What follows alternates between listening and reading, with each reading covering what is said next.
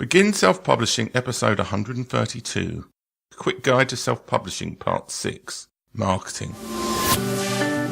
Interested in self-publishing but don't know where to start? Want to get your book onto Amazon? Want to hold your paperback book in your hands? Learn how on the Begin Self-Publishing podcast with your host, Tim Lewis.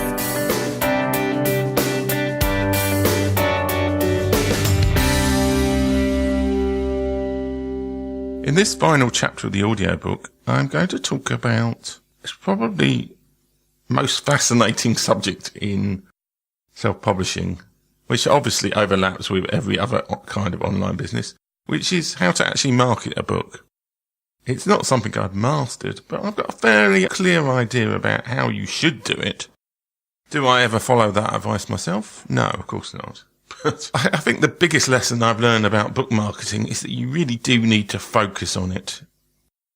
Can't be an afterthought. If it's even remotely an afterthought to your book creation process, then you're way less likely to succeed. I'm not suggesting you should always write to market, but I think you should have an idea of where the possible market for your book is and go down that route, looking for that market. Rather than just creating a book and then thinking, okay, I've got a book, how do I market it? So anyway, let's get over to the audiobook. How to market a book. Now, not every author is that bothered about whether their book is commercial or not.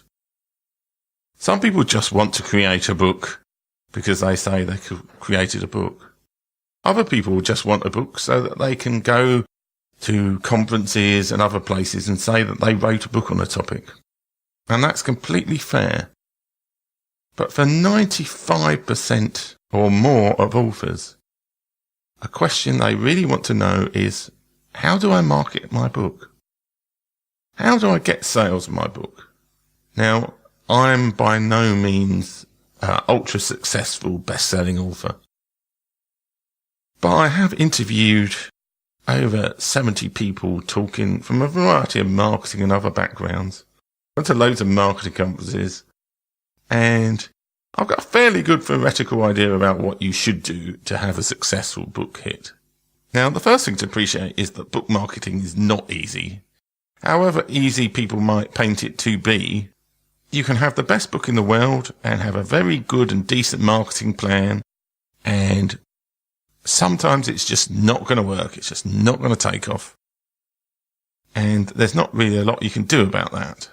But there are quite a few things that you can do to try and skew the likely success of your book away from the normal, it's not selling any copies, to, oh, it's selling loads of copies. And certainly if your sole desire is to have an Amazon #1 bestseller in a particular category, then that's relatively straightforward to do. It's worth noting that Amazon categories vary dramatically in how many books they actually need to sell to get you to #1 in the category. And this is something to bear in mind when it comes to marketing. So for example, there used to be the situation that if you sold one book in rodeo romance, which is romance involving rodeos, then you could become a #1 bestseller in that category. Does that mean that you're going to make huge amounts of money from writing a rodeo romance book? No, of course not. But that would give you the cachet of saying that you've got a #1 Amazon bestseller, and it'll give everybody a little mark on your Amazon book saying bestseller, even though you're really nothing but of the sort.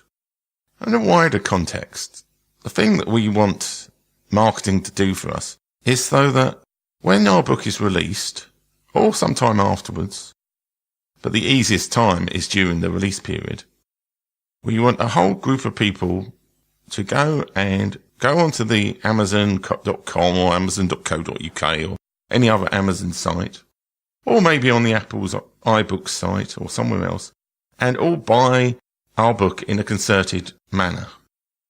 That's basically the result that we're looking for. So we're looking to actually get end sales. So the question is, well, why are people going to buy your book? Now, if we work back from this rosy scenario that hundreds of people are going to go onto Amazon.com and order your book in the first couple of days of it's been available. Then we've got to ask, well, why would that happen? Why would people buy our book? So there's a couple of possible explanations. One is that you are in a category, or you're talking about a subject, or there's something to do with the cover of your book, something that appeals to people who are searching or casually looking through the Amazon.com store, and they purchase your book because of that. There's something that appeals that's special about your book that jumps out to people who are browsing the Amazon store or are searching. So if your book is the only book about underwater brass rubbing, and there's been a huge pent-up demand and there are people searching every week for books on underwater brass rubbing, then your book can sell itself with very little in the way of marketing by yourself. You're letting the Amazon platform do the marketing for you. Another reason why people might be buying your book is that you have written, say, 100 other books beforehand, and people already know your name. They've read your previous books, and they think, oh, that's a new Tim Lewis book. I've got to read that. I really enjoyed the last one I read. This is another reason A for writing a lot of books. And I think with time, any author, if you write enough books and you're talented enough, and people eventually will get hold of your books, the so-called word of mouth marketing technique. The only problem I would say with word of mouth marketing is that it's not quick at all. Some people like to say, oh, well, I want my books to sell themselves because they're so wonderful, and I expect the readers to go and tell other readers. The trouble is, even if your book is brilliant and the best book ever, you may get like your friends and family to read your book, but they're going to tell people that the book's wonderful anyway because they're your friends and family. And that's not quite the same as somebody who's like totally unknown to you recommending your book to other people. And there's a time lag between when people read the book and when they recommend it.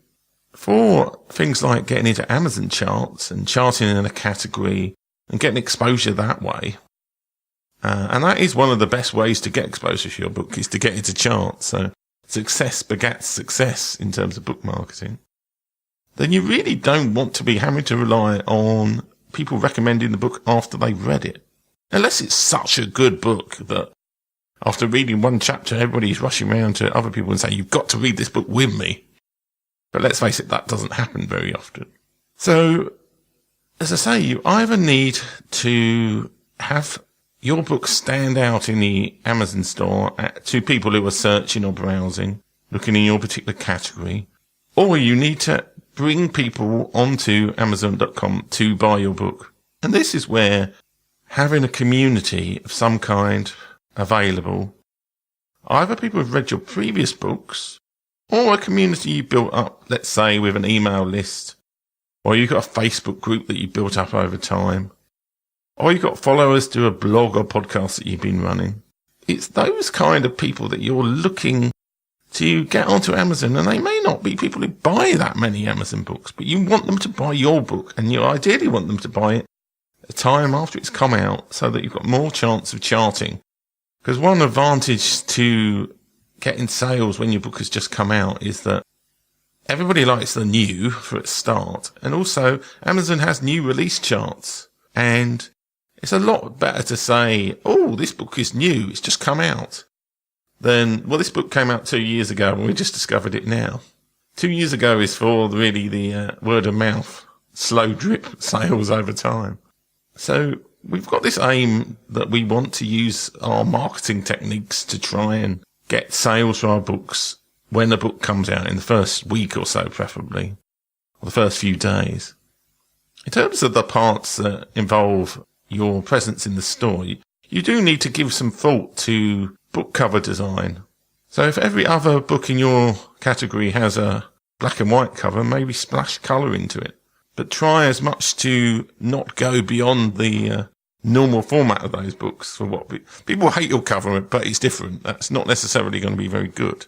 So you want it to be both different and similar in terms of cover art goes. Give very serious thought to what categories your book is in and what keywords to use.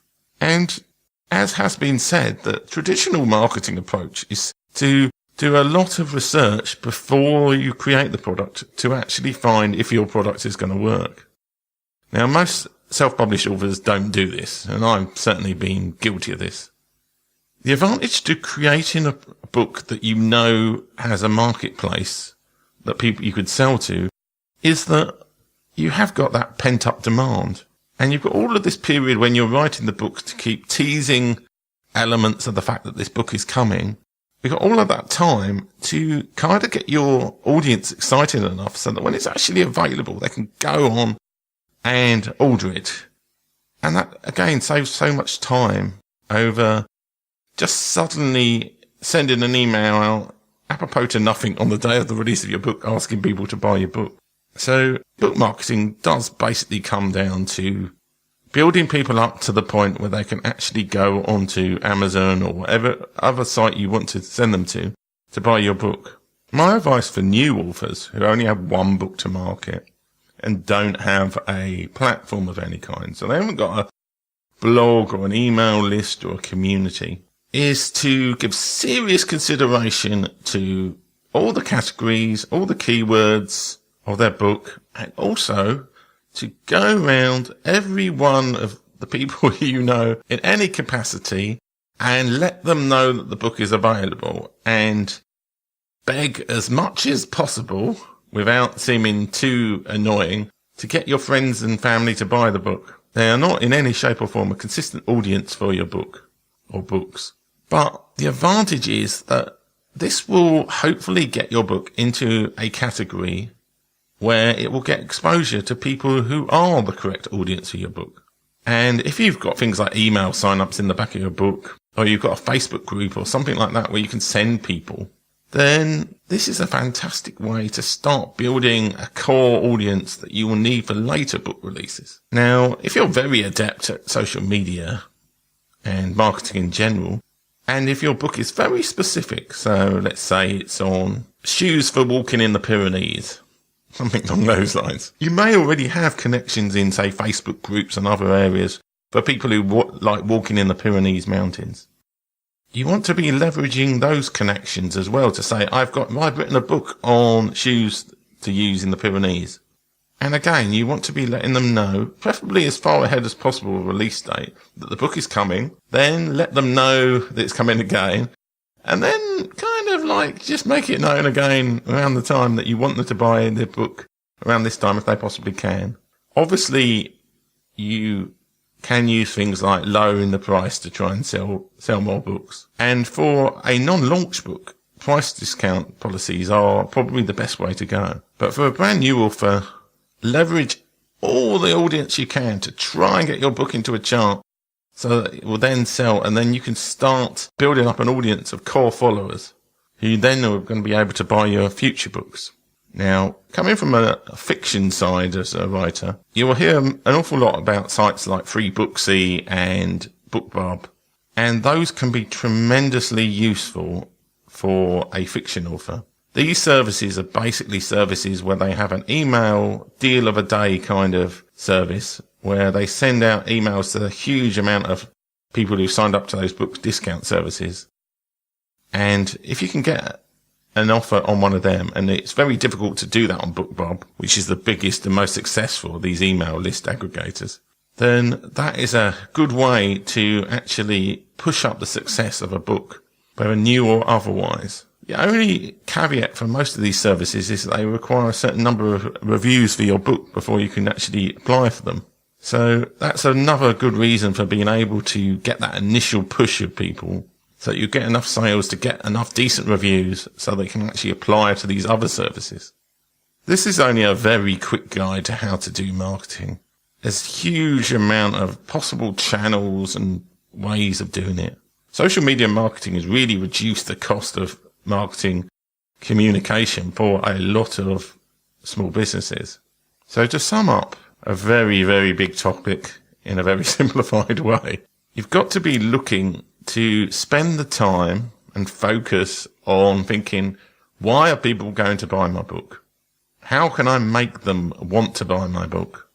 And you need to have marketing as an integral part of your publishing process. Thanks for listening. If you enjoyed today's show, please stop by iTunes and rate and leave a review. This helps make the show more visible.